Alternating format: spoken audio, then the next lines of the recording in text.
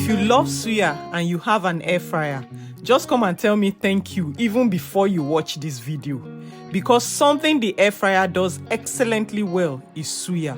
I cannot tell you how many times I make suya for my family, and I can't remember the last time we bought suya. It's now always homemade for us.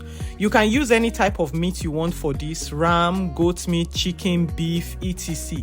We love using tozo. All you need is salt, Holy Spirit spice, suya spice, and groundnut oil. By the way, you can get delicious, healthy, MSG-free suya spice from Asha Storehouse. Time and temperature for this will depend on the type of meat you are using and how you cut it. So my advice is, don't set the temperature higher than 190 degrees Celsius and start checking if it is done from 12 minutes. If the meat is cut bigger or it has bones, reduce the temperature and extend the time. After that, it's chopping time with your choice of veggies. Now, go enjoy your suya, and I will see you again tomorrow with another air fryer recipe.